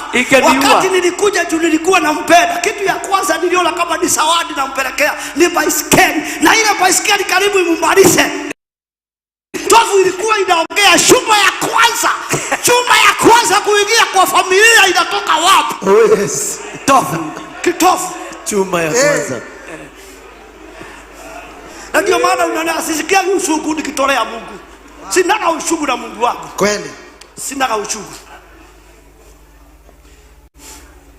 Digwa haruodi. Asikie uchungu. Nasema afadhali iishe mambo yangu isimame, lakini Mungu wangu aitwe Mungu. Amen.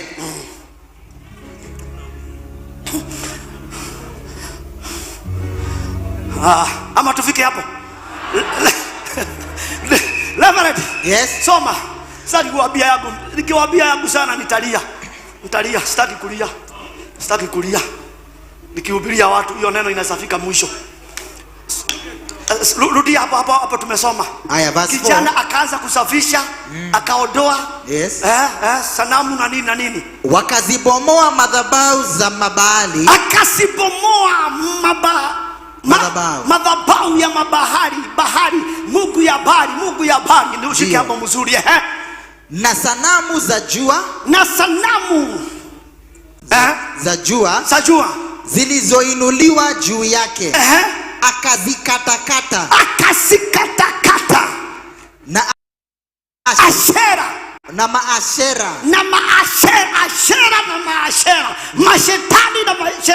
Mashetani. Maushawi na maugaga.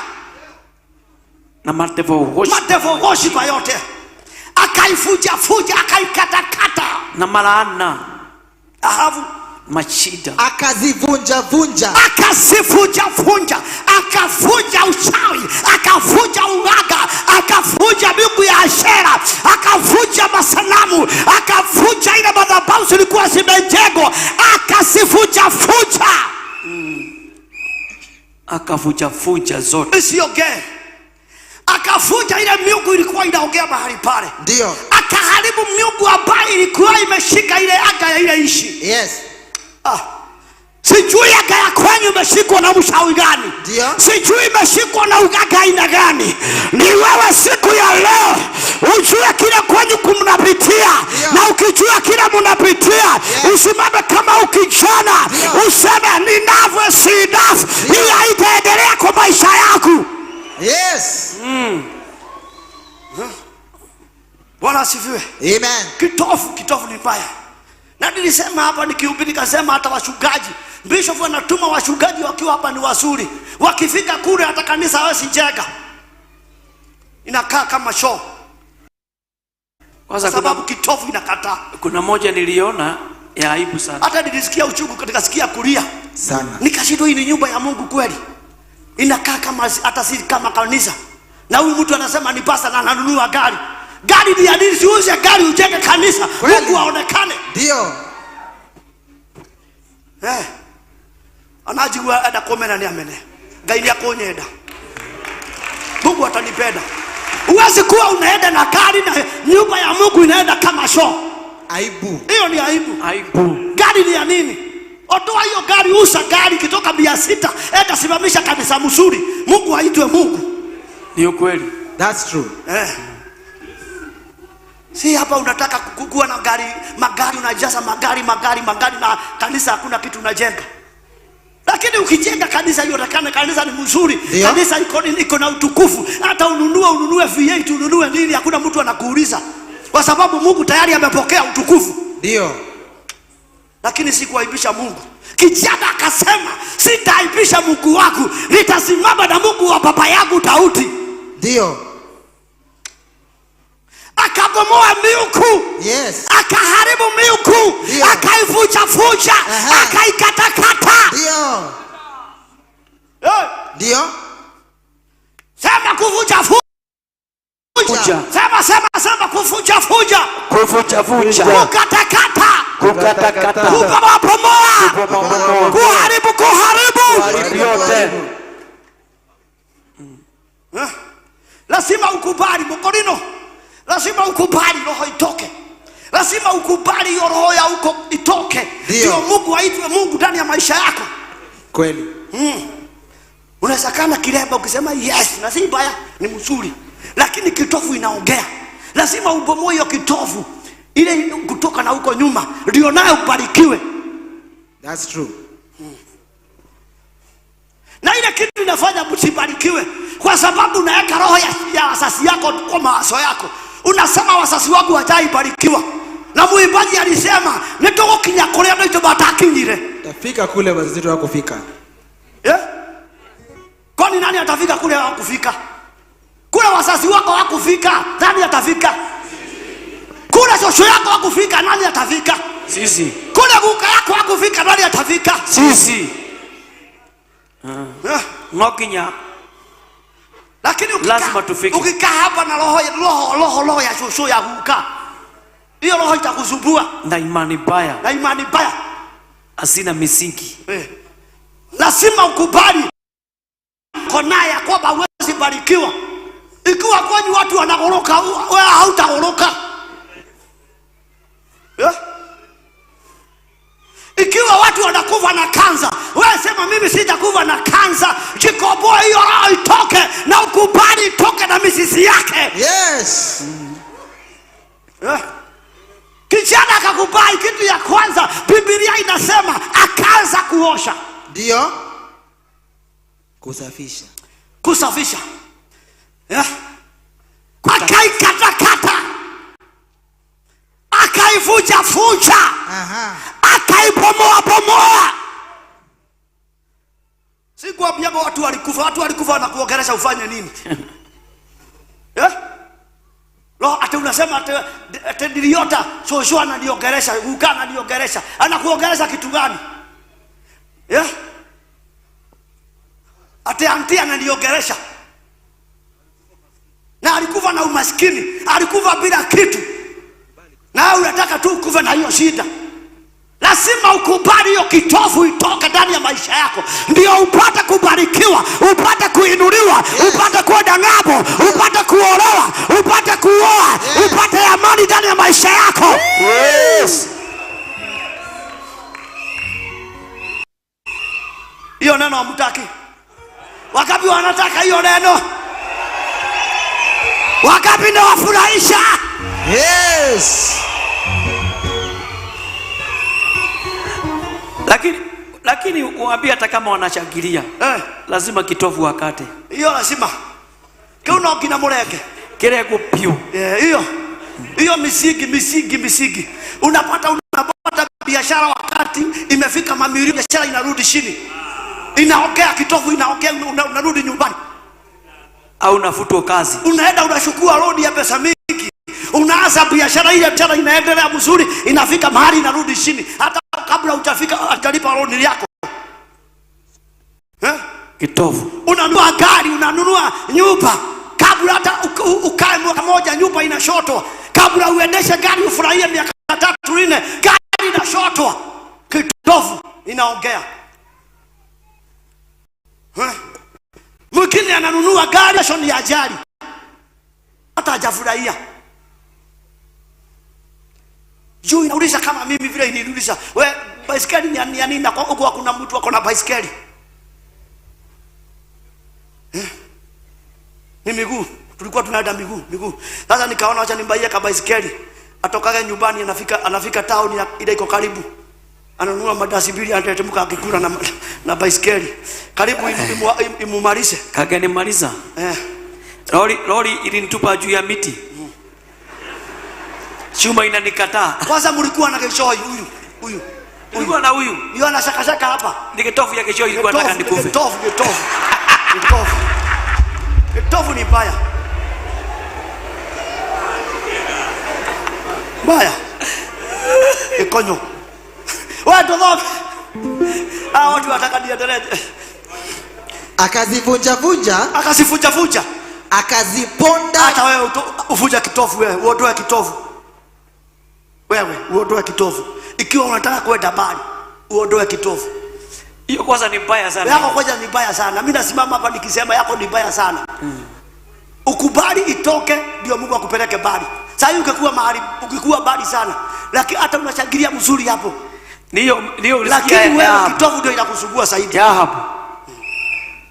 Na yako ni ile ya Jezebeli. Hiyo Ukubali itoke. hiyo. Umeishika? Umekubaliana?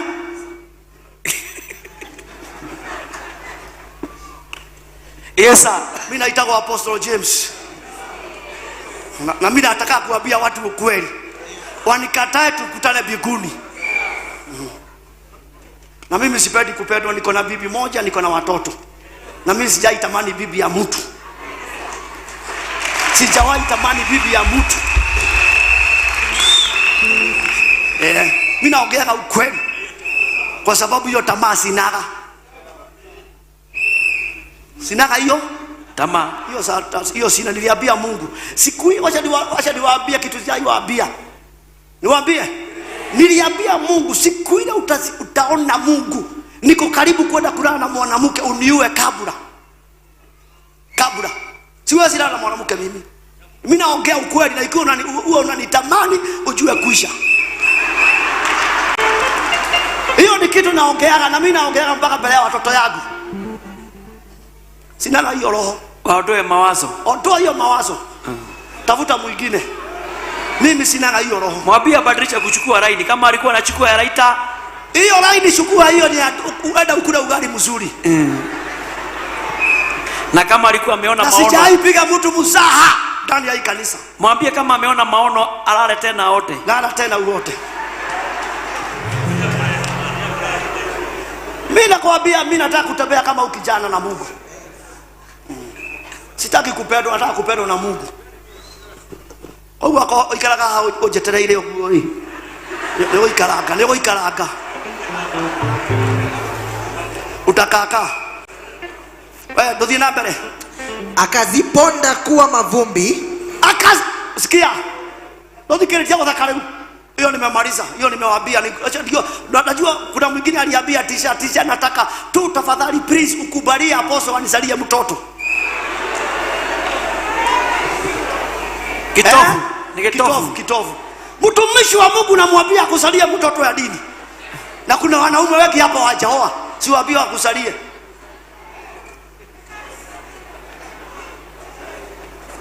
Ado matiko mali hodoku. Kitovu ni kila roho ya Jezebeli inafanya kazi. Ambia jirani yako roho ya Jezebeli toa. Toa roho ya Jezebeli. Toa roho ya Jezebeli. Toa roho ya Jezebeli. Toa.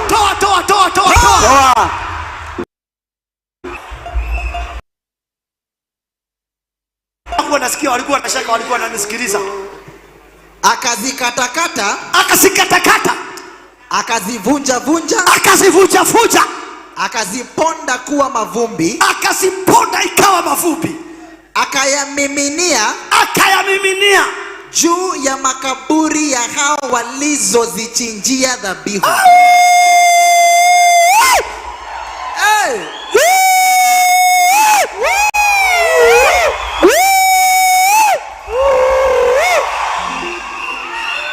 Maguka mashosho aria maruti Bishop Nilikuwa nataka umalize kupiga duru.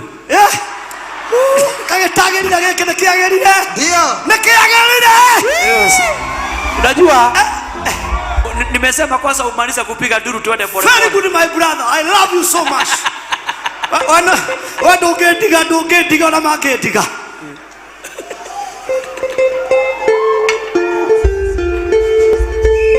Tulisaliwa siku moja, tukaenda shule pamoja, tukaenda tukaulizwa shule. Nyinyi sisi hatuko. Acha niseme. Soma. Mnapenda kusikia sana nyinyi. Mnapenda kusikia sana. Mwadata kuigua muno. Bishop ni akamwira. Ni ndia na kwaria muno. Todia tokio gya kwaria muno. No gya kujia. Yes. Reverend. Amesema hataki kuongea sana, yani ya kuhubiri nitaongea siku moja. Yes. Aburudi hapo tatu. Rudi hapo.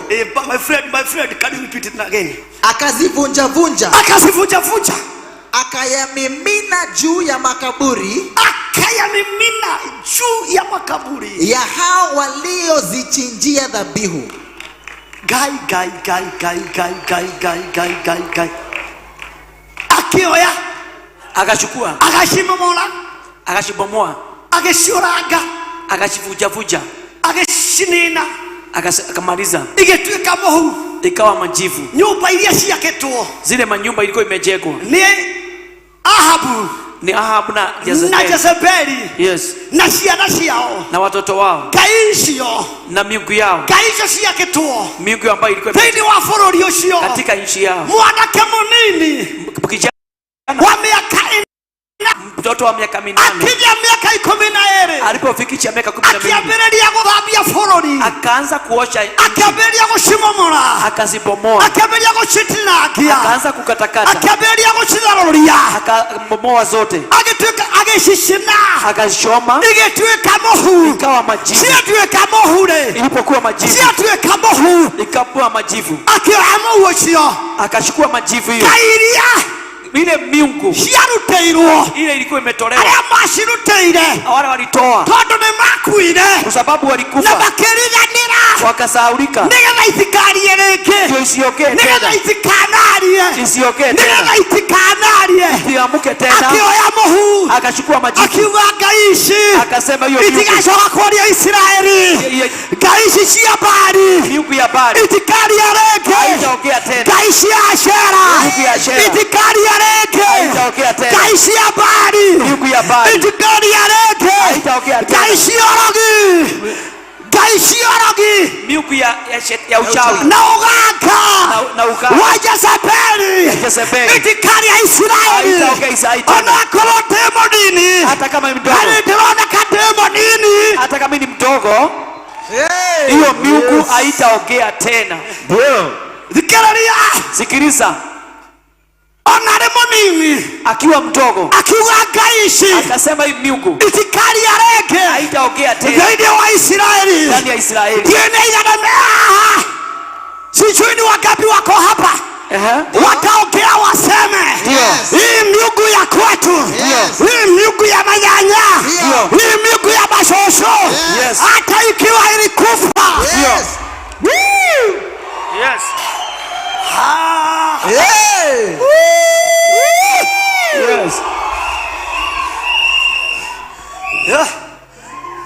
no nginya tũcinine, lazima tuangalie, ngai icio no nginya tũcinine, lazima tuangalie. Ngai ndikwaria thĩinĩ wa mũtũrĩre witũ, gũtirĩ ngai tũgwĩtĩkĩria ingĩ, hatutakubali tiga ngai wa Israeli, mpaka Mungu wa Israeli, ngai wa Isaka, Mungu wa Isaka, ngai wa Jakobu, ũcio nĩwe ũkwaria thĩinĩ wa mũtũrĩre waku, katika maisha yetu.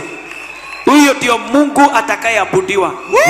Ngai Mungu kijana akajua, kijana akajua, ndio hata ikiwa nitasimaliza, hata ikiwa nitasafisha nchi, ndio na nibomoa hizi nyumba zote, nibomoa hizi miungu zote, na kuna watu, kuna maroho inaokeaga, kuna maspiriti iko kwa shimo inaokea, kuna maroho iko kwa kaburi inaokea, kuna maroho ilipandwa inaokea, kuna watu walikufa na kamote, kuna watu walikufa na ushawi, kuna watu walikufa na uganga, wale walileta kwetu, wale walileta katika nchi yetu, ndio akachukua majivu, ile majivu ikiwa moto, ndio akaimwaga, akasema hii miungu haitaokea, hii kitovu haitaokea, kitovu haitaokea, kitovu haitaokea, kitovu haitaokea.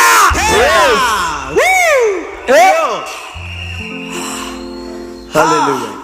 Wow. Ndio akasifuja fuja, Ndio. Akasibomoa, akasiharibu, akachukua ile jivu, akaipeleka kwa kaburi, akaambia Jehova, hii miungu kutoka leo haitaongea Israeli. Hii miungu siku ya leo haitaongea katika ufalme wangu. Ndio. Haitaongea katika ufalme wangu. Sijui ni wangapi siku ya leo. Kuna madhabahu iliyojengwa kwenyu. Madhabahu ya ushawi na uganga. Madhabahu ya kutolewa. Madhabahu ya kutooa. Madhabahu ya kutobarikiwa. Madhabahu ya kutopata watoto. Madhabahu ya kutoinuka. Nasema siku ya leo hiyo madhabahu ni wewe utakubali itoke, na ukikubali itoke Mungu ataiondoa ndani ya maisha yako. Sikia. Hakuna level ataitoa kwako. Hakuna bishop ataitoka kwako. Wewe ndiye unajua ile shida mnapitia. Wewe ndiye unajua kile nyinyi mnapitia. Wewe ndiye utakubali hiyo kitovu iondoke ndani ya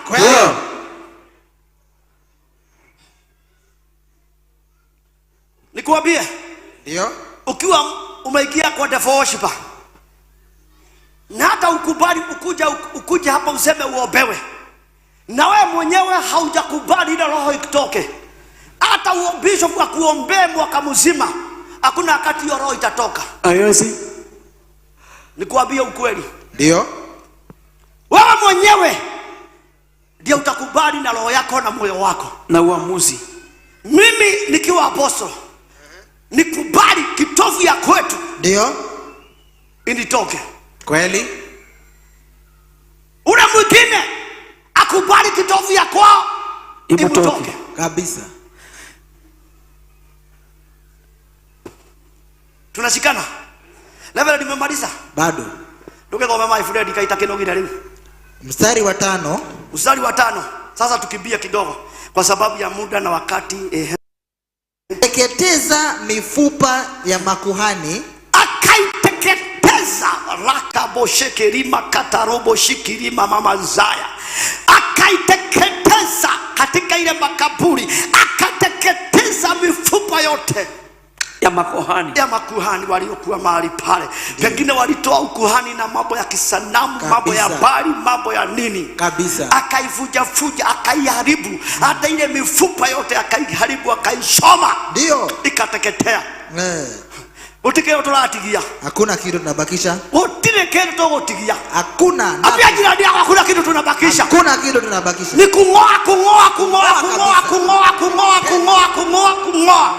Alafu baba kwa sababu ya muda na masaa akasafisha Yuda na Yerusalemu. Akasafisha Yuda na Jerusalemu. Ikabaki very clean. Akatakasa Nairobi na Uchago akatakaza kila mahali, kona zote za Jerusalemu, za Juda, kila mahali ilikuwa mpaka hao imefika. Akatakaza, akaiosha kila kitu. Sasa hakuna Mungu mwingine anaabudiwa mahali pale isipokuwa Mungu wa baba yake Daudi.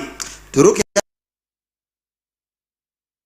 mstari wa 8. Inasemaje Daudi? Hata katika mwaka wa 18 wa kutawala kwake. Sasa ametoka mwaka wa 12, sasa ameenda mwaka wa 18. Twende Daudi. Alipokwisha kuisafisha nchi. Alipomaliza kuosha nchi na nyumba akamtuma kuosha ndoa, kuosha familia, kuosha kila kitu akamtuma Shafani mwana wa Azalia. Akafanya nini? Mstari wa 9. Na Maasia kwa katika mji mwana wa Yehoazi waitengeneze nyumba ya Mwenyezi Mungu. Watengeneze nyumba ya baba. Wakabomoa. That is the key. Wakaharibu. Wakavuja. Wakatakatakata. Wakashoma mpaka mifupa. Wakati walisafisha na wakaharibu. Yes. Wakabomoa madhabahu ya shetani. Ndio. Wakabomoa nini? Madhabahu. Wakabomoa madhabahu na uganga ya Ashera, ya bari ya kila kitu. Sasa Now, Hebu Pastor Matheke arudie hapo. Hapo ndio key. can you repeat? Na hapo ndio maadui wanasikiliza kwa TV Na ndio wapige. unisaidie dadi. Hapo. Unisaidie, nimesoma sasa. Hapo apostro. Hapo. Maadui wanapiga mambo ya kanisa. Ni mahora maudu Na mangai. kuchekea Mungu, hapo ndio watu Na wakira ngai kigongona. hapo ndio tunataka. Hau ne haturenda. Ukitaka kuinuliwa na kubarikiwa Wata kurathimwo na guthikai. na laana iishe. Na maudu mathina na Midhabihu yote icheke madhabahu ya Mungu. Watu wabarikiwe. Twakire ngai ne. Hapo. Kigongona. Washa asome. Hebu rudia tena hapo dadi. Na oda hivi. let me repeat. Oda hivi baba wito. Like somebody educated. Tutaithaniria turenda. Au no turataithania. Hapo. Ngai aturutira kundu kwina thina muno. Yes. Ngai agitwenda. Tataithia baba wito riu. Tusome sasa. Tuthome. Mstari wa 8. Wa 8. Hata katika mwaka wa 18 wa kutawala kwake, alipokwisha kuisafisha nchi na nyumba, akamtuma Shafani mwana wa Azalia na Maasia akida kwa mji, na Yoa mwana wa Yehoazi mwandishi wa tarehe, waitengeneze nyumba ya Mwenyezi Mungu. Nyumba ya Pastor Moi. Ya Mwenyezi Mungu. Ya apostolo. Ya Mwenyezi Mungu. Ya Mwenyezi Mungu. Nyumba ya Mwenyezi Mungu. Nyumba ya Ngai. Mungu wake. Ngai wake. Mungu amesema tujenge nini? Tuendelee kidogo baba. Nisome kidogo. Ngoja kwanza. Hebu guza jirani yako mwambie Mungu amesema tukibomoa. Tunajenga. Mwambie tukibomoa. Nyumba ya Mungu. Wewe mzee, ndio ile. Mwambie tukibomoa. Mwambie tukibomoa. Pastor tukibomoa. Ndio kitofu itoke. Mwambie ukibomoa. Tunajenga. Tunajenga nini? Nyumba. Tunajenga nini? Ya nani? Waambie, nataka wale wasikie, wale wanasema usijenga kanisa. Tujenge nini? Nyumba ya Mwenyezi Mungu. Ya nani? Ya Mungu. Wangapi tutajenga kanisa? Tukibomoa. Ngoja. Wangapi wako ready tubomoe hiyo miungu ya ushawi, ya uganga, ya laana, ya mambo yote, na wangapi wako tayari? Uko tayari tubomoe? I'm ready. Na tuishome. Yes. Hata ile iko kwa kaburi. Ndio. Mpaka mifupa. Yes. Na tukishoma, weka mkono chini. Wangapi wako tayari sasa ya Jehova? Kuisha maneno. Kuisha. Baba ito. Yes. Soma hiyo ingine. Tusome hapo. Ndio ninogire. Wacha nisome. Inasema hivi. Nilikuwa nataka kusoma hii tafsiri nyingine. Soma yote, hata Kiingereza, hata Kiswahili, na yote na Kikuyu yote. Sawa. Neno la Mungu linasema hivi. Aje. Wakamkujia Hilkia kuhani mkuu. Wakakujia Pastor Mwai kuhani mkuu. Bishop, Reverend, Archbishop wakamkujia, wakamwambiaje baba? Wakampa fedha. Wakampatia Wewe tachokera uhabesha. Sikia. Rudi hapo kwa pesa. Rudi hapo. Wewe Pastor Matheke, rudi hapo kwa pesa. Wakati walifuja. Wewe sikizeni hapa. Utadia odeka. Sikizeni hapa. Ngoja kidogo Reverend. Wacha Pastor Matheke asome. Wakati walifuja, wakati waliharibu, wakati walifanya kila kitu, wakakusanya nini? Hebu soma. Ngoja Bishop, ngoja kidogo. Wakakusanya nini? Wakafanya hivi, wakakusanya nini? Wakapeleka wapi? Apostro, watu wako nje hawajajua kama ni Biblia unasoma. Hebu Pastor Matheke aseme. Toka naomba. Kini wewe unasema. Inasema hivi mstari wa 9. Na watu nje msikie hii. Walimwendea Hilkia kuhani mkuu. Wakaendea Pastor Moi na kuhani mkuu. Bishop, Reverend, Archbishop, kila mtu. Wakampelekea fedha kwa madhabahu. Pesa. Tigo wakamushia kigongoda ile. Pesa. Zilizokuwa zimeletwa katika nyumba ya Mwenyezi Mungu. Zile zote mutaleta ya kujikomboa. Ambazo zilikusanywa na Walawi. Sina zilikusanywa na Walawi. Akina Kepiego, akina Mangenge, akina David Navaro Mwete, akina Paulo Motune. Alafu kutoka Manase Nemokurehe. Alafu haya kiageni na Magai. Endelea. Alafu tukimalizia dadi. Kutoka Manase Ibrahimu na kutoka pande nyingine zote za Israeli. Hata kwa branch na kila mahali wakuja wacha nao ni. Pure kabisa. Inchi yote ya Yuda na Benjamini na pia kutoka kwa wenyeji wa Yerusalemu zilikabidhiwa wale mafundi waliosimamia marekebisho. Wale walikuwa wanasimamiwa na Motinda na Musenani Kairo. Wacha turudie hiyo. Rudi hapo kwanza, wanipatie kwanza ipitie kwa bishop ifike, alafu ipeleke kwa anasimamia mjengo, nibariki ndio imalizie kanisa, ndio nikata kitovu ya watu, ndio iende kwa kazi ya Mungu, ndio hiyo hapo ndipo. Wow. Hapo ndipo.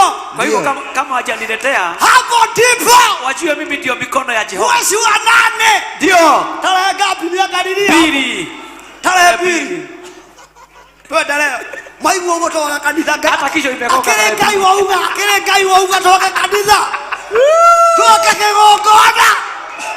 Nigeza gaisho ile. Tarehe 2 mwezi wa 8 imekoka. Imekoka ndipo. Baba isosoma. Sasa kesho ujue si mimi. Neno limesema, limeongea. Kepiego. Hapa si mahali unasema unajua supplement. Hapa ni moyo na Mungu. Soma hiyo ingine. Umemaliza dadi? Bado. Makaraba boshekere baba zaya. Amesikia akatoka. Ketere baba robo shekere mama zaya. Nasikuli kontali umetaja pesa Kepiego amepotea. Rikazeke ribabo shakara babo zeke. Ria katara babo zente ria rababoria. Gai wako rogosho norokumio. Nitodo niwe gai na niwe araki. Wewe ni Mungu. Thank you Jesus. Yes. Baba pokea sifa na utukufu. Yes. Kwa sababu neno lako ni wewe mwenyewe. Ndio. Baba halitashuka na likurudie bure. Yes. Naomba hiyo neno likafanye kazi ndani ya watoto wako. Yes. Naomba hiyo neno Baba likawafungue. Yes. Naomba hiyo neno Baba likakuje rakiti yake linai kontali vacuria. Yes. Jehova linai kontali makiuta. Yes. Baba ukashuke ukajitukuza ukajidhihirishe. Yes. Kwa sababu wewe ni Mungu na wewe ni Baba yetu. Yes. Haleluya. Haleluya. Umemaliza? Bado baba. Ndio jikaredi. Umesema baada ya neno nimeida grace. Wacha tuhubiri kidogo. Sasa umbona nimeida grace. Na wakati mtamaliza hiyo. Kwa hivyo leo wasinisumbue. Wasikusumbue. Nimalize matangazo. Ila siku nataka nikusumbue. Tukimaliza hapo hiyo mwezi wa 8 tukimaliza hapo mbele. Sasa nitakwambia vile utafanya. Na mimi najua itaongea. Sema. Usiniambie nichukue ride leo. Sasa usisemi. Leo si okay. Today no. Maliza baba. Haya tuendelee. Tutachukua sadi. Inasema hivi. Sadi baba. Mstari wa 10. Zilikabidhiwa wale mafundi waliosimamia ujenzi wa nyumba ya Mwenyezi Mungu. Wale walifanya nini? Walisimamia ujenzi. Wale walifanya nini? Ujenzi ya nyumba ya Mungu. Wale walifanya nini? Walisimamia ujenzi wa nyumba ya Jehova. Alafu na mafundi waliofanya kazi katika nyumba ya Mwenyezi Mungu. Na mafundi waliofanya mpaka mafundi yani hii neno leo ni direct from heaven. Ni mtu apende asipende. Nilikuwa nataka kumalizia hiyo neno. Asikilize mitandao asisikilize. Kabisa. Afanye mapenzi ya Mungu. Kabisa baba. Kabisa. Sasa ile siku nilihubiri nilisema hiyo ingine tutamalizia mbinguni. Lakini nikasikia msukumo wa Jehova ananiambia apostle not yet. Turudi pale unamaliza hiyo neno watu wa Mungu wabarikiwe na wafunguliwe na wainuliwe waende bali katika jina la Kristo. Jehova master. Yes, clear right yake baba. Sema baba. Tuendelee. Inasema hivi. Watu hao walifanya kazi hiyo kwa uaminifu.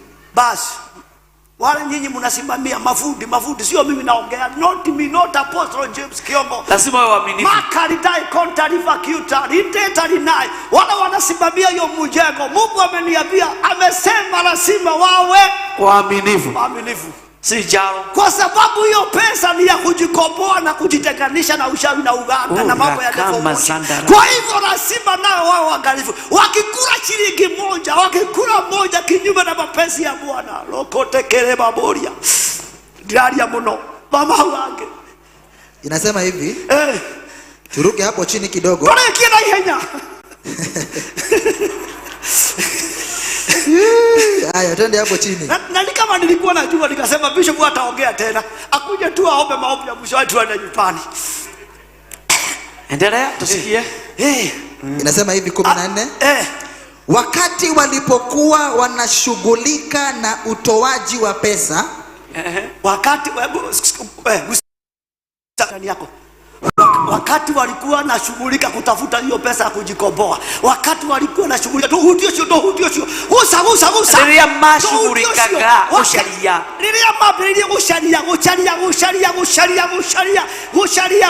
hiyo pesa Reverend soma walipokuwa wanashughulika na utoaji wa pesa zilizokuwa zimeletwa katika nyumba ya Mwenyezi Mungu. Wakati walikuwa wanashughulika, wamama kwa wazee, vijana kwa watoto. Kuhani mkuu Hilkia, Bishop Edward Boy, Apostle James Kiombo, Reverend Lava Mwiti, Nikia Rababori, anasema baba alipata kitabu, alichukua kitabu cha sheria ya Mwenyezi Mungu, iliyotolewa kwa mkono ya Mose, iliyotolewa na mkono wa Mose, sheria iliyosemaje? Twende hapo chini. Dokere kile vitu kama mama vitu ndio maana niliandika Biblia leo. Wanaona kama ni mimi niliandika hiyo Biblia, si mimi. No. Maliza. Ndio. Umemaliza? Karibu.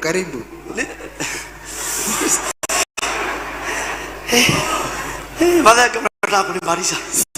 Unajua hiyo neno kwa nini madhege rasidilipo? Hiyo neno ni ya madhege na yule mwingine. Kabisa. Ndio unaona inamuguza. Sasa anajua kuna kile Mungu anamwambia. Atenisiwe na haraka. Soma. Manani wako Yumetodhuda ndedumanene Ereziru Iyana maiwa Kurea nusiakwa Nereye Idakoya Orekia moraika Ekinyako Kore makome Koro ide yakwa Otiri otana Okedewa Yorome okedewa ku Chagete goya Ekomega wega Inomirire Tabere yorome Ona makioka Mega kanda moru Ganyita mega Katoria maoru Durage maru Onali wakwa Chakani ya tawa Yumetodhuda Nidumanene. Haya, wacha tusikie kitabu. Tumetoa kitabu sasa. Kitabu imepatiwa kohani. Soma Pastor Madeke. Kohani? Yes. Sema baba. Verse number 26. Inasemaje? Mwenyezi Mungu akasema, aje, lakini kumhusu mfalme Josiah. Kuhusu mfalme Josiah, kijana ule, aliyewatuma kutafuta shauri la Mwenyezi Mungu. Waliyewatuma wakatafuta shauri kwa Mungu. Wako watuma kwa habari na washauri na waganga. Mwambie hivi. Ndivyo Mwenyezi Mungu. Mwambie hivi ndivyo Mwenyezi Mungu anasema. Aje. Kwa sababu umetubu na kunyenyekea mbele yangu, hata umerarua mavazi yako na kulia uliposikia maneno yangu, kwa wakati ulisikia maneno yangu mimi Mwenyezi Mungu, na umejinyenyekesha mbele yangu na kujinyenyekesha chini yangu. Nami pia nimekusikia. Nami pia nimekusikia apostolo. Utawala wako utakuwa wa amani. Utawala wako utakuwa wa amani. Amen. Maisha yako itakuwa ya amani. Ndoa itakuwa ya amani. Hallelujah. Biashara itakuwa ya amani. Oh, hallelujah. Bishop, Yes. kuja uendelee. Oh, Thank you. twalikia. Thank you. Yobeno Mungu wa uzima awabariki, awainue, awatendee, Amen. awafungue. Amen. Kile umeomba, Yes. Mungu akutendee. Hiyo neno itafakari, ifanye kazi ndani ya moyo wako. Amen. Mungu awatendee na Mungu awabariki. Karibu Yesu wa Bwana. Hebu tupigie Bwana Yesu makofi mazuri. Mazuri bado.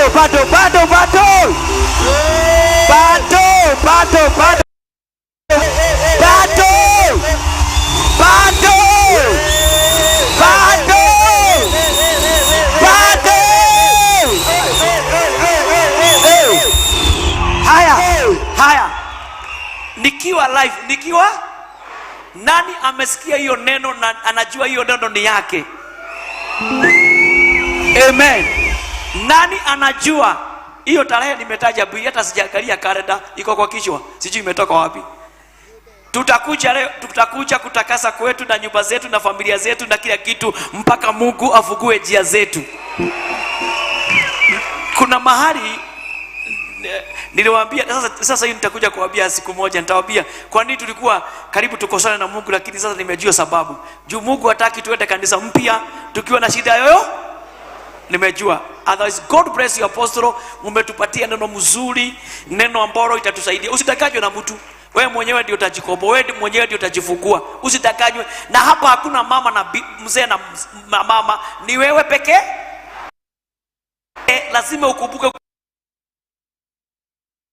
hata watoto wako wanahitaji kufunguliwa. Amen. Hatutaki kizazi ambacho kitakuwa kimerogwa. Tunataka kizazi kimefunguliwa. Kizazi kimebarikiwa. Mpaka nimeona kama hii neno ilikuwa direct. Lakini wengine hawataki kusikia hiyo. Unajua kama umerogwa, hata nikikwambia huwezi sikia. Ni wangapi wanajua kutoka leo mambo itabadilika? Sema Bwana Yesu, nisaidie kufanya mapenzi yako.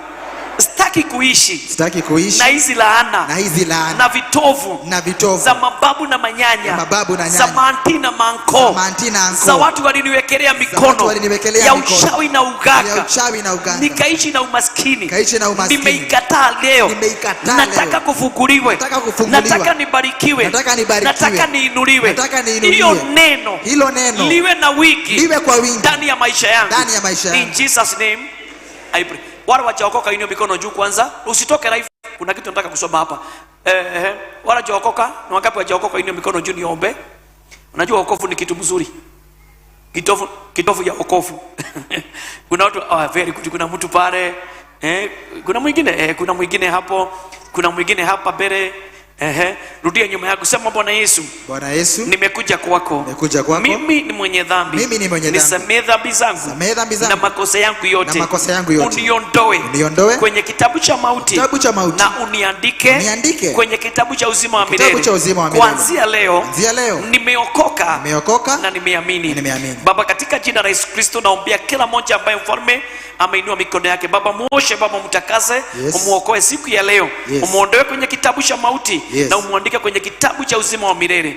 Na kuanzia leo ataitwa mtakatifu. Katika jina la Yesu Kristo naomba na kuamini.